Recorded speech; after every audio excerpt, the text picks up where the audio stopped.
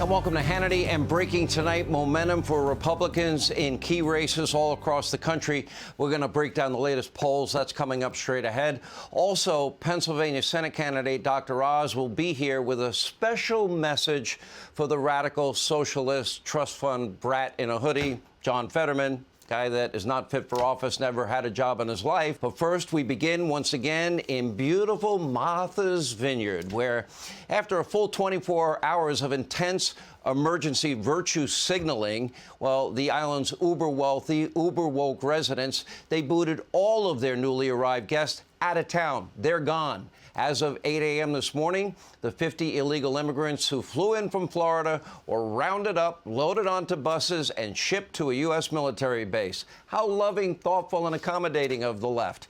Now, according to local Democrats, there just wasn't enough room on the 55,000-acre island for the 50 illegal immigrants. Not our problem, they were saying. You have the liberal, racist, xenophobic, let's see, millionaires, billionaires who live on the island. They just say they don't have enough resources to accommodate them. I'm not buying that.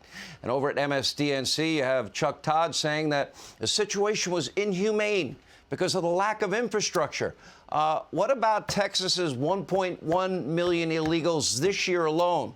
Never mind the nearly 2 million last year. Now, it's not clear if Chuck was worried about the illegal immigrants or the long-suffering residents, the wealthy people in Martha's Vineyard, who were forced to endure a whole whopping 24 hours of uninvited guests. Now, either way, it is clear tonight that America's virtuous liberals are no longer able to ignore the two-year crisis. By the way, the crisis they caused at our southern border, and they know just who to blame. Take a look. It's a stunt using human beings to score political points. Well, I thought the word inhumane was a good one to use in this particular case. The people don't know where they're going. The people that are there don't know you're coming. Some politicians would rather not only have an issue, but exacerbate it to the extent of literally human trafficking, as you said. And it's all due to treating people as political pawns, leaving some migrants who might have been misled to believe they were going elsewhere, as reported by NPR, on a literal island that doesn't have any infrastructure designed to help them at all. In a word, it's inhumane. Instead of working with us on solutions, Republicans are playing politics with human beings, using them as props. What they're doing is simply wrong. It's un-American. It's reckless. And we have a process in place to manage migrants at the border. Yeah, put them in Joe's cages, put in the middle of a pandemic? Really? Okay, let's talk about trafficking, because Joe has been doing it the entire time in the dark of night, putting illegal immigrants on planes and landing at 2, 3, and 4 a.m. Is he a human trafficker? Is he aiding and abetting law-breaking? By the way, it also gets worse. Out in California, you got the, well, not so bright Governor Gavin Newsom. He wants Ron DeSantis arrested for kidnapping.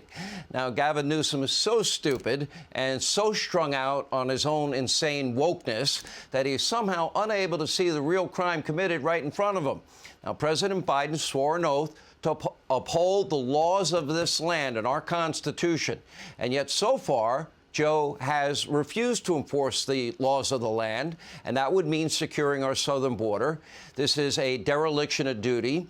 3+ million illegal immigrants have simply walked across the border unsecure in the last 2 years, less than 2 years. Now, the Biden administration has transported up to 700,000 of them on late-night plane rides, or in other words, he's been involved in human trafficking and aiding and abetting law-breaking. He's also sent others on bus trips all across the country. And he gives preferential treatment. No COVID tests for illegal immigrants, no vaccine mandates, many without even a background check to see if they have radical associations. You got it, preferential treatment, and they get a free Joe Biden phone. Now, meanwhile, a record 66 known terrorists have been caught just trying to cross this year. We have no idea how many terrorists may have already snuck into this country undetected. That is an unmitigated security disaster. Now, Biden did detain thousands of children, and he put them in the cages that we showed you that he didn't want us to show you for a good while, right at the height of the pandemic. Gavin Newsom doesn't care because Gavin Newsom is too stupid to realize what's even going on. Now, today, Florida Governor Ron DeSantis had these nice words about little old Gavin and his threat to go to the DOJ. Take a look.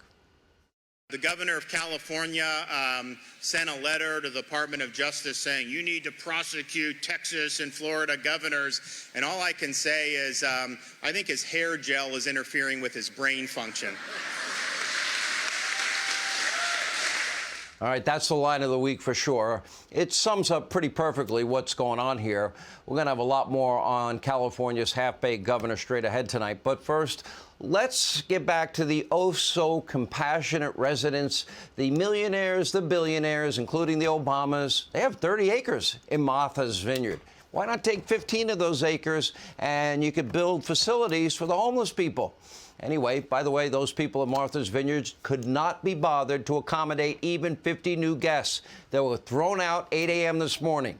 And apparently the good folks of Martha's Vineyard are not familiar with a little town in Texas named Eagle Pass. Well, like Martha's Vineyard, Eagle Pass is the home to less than 30,000 permanent residents.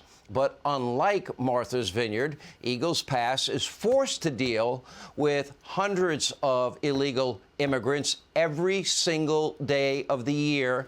At any point in time, there are thousands of illegal immigrants in and around Eagles Pass.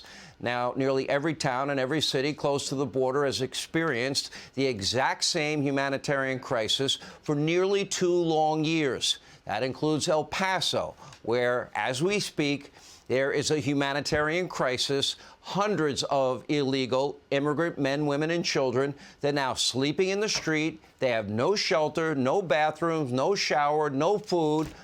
Is this more humane for Chuck Todd and the woke left? Is this where you prefer the migrants to be? Look at the conditions they're living in. Did you forget about Del Rio? Are you looking at El Paso? And don't forget, recently, 60 miles west of Eagles Pass, thousands of Haitians lived in squalor under that bridge for weeks in a makeshift shanty town. None of these areas have any infrastructure to house Joe Biden's tens of thousands and millions of illegal immigrants. They don't have dozens of millionaires or billionaires either, with unlimited resources and massive homes and lots of acres like the Obamas. Almost no one who lives here is well-connected or powerful. And yet these communities in South Texas and Arizona, they're just expected to suck it up, deal with it, and get lectured by the elites in Martha's Vineyard, and that they can enjoy their manicured grounds and luxurious accommodations and not be bothered with the 50 people that were sent by Ron DeSantis without any migrants daring to ruin their rest and relaxation and oceanfront views. And here's the kicker. These are the very same elite Americans who opened the borders, told migrants to come in droves, the same people who blocked the border wall, ended Donald Trump's successful stay in Mexico policy, brought back catch and release on steroids. Now it's process and release. They caused the crisis, and the people of Martha's Vineyard, they should be ashamed of themselves. Democrats should be ashamed of themselves.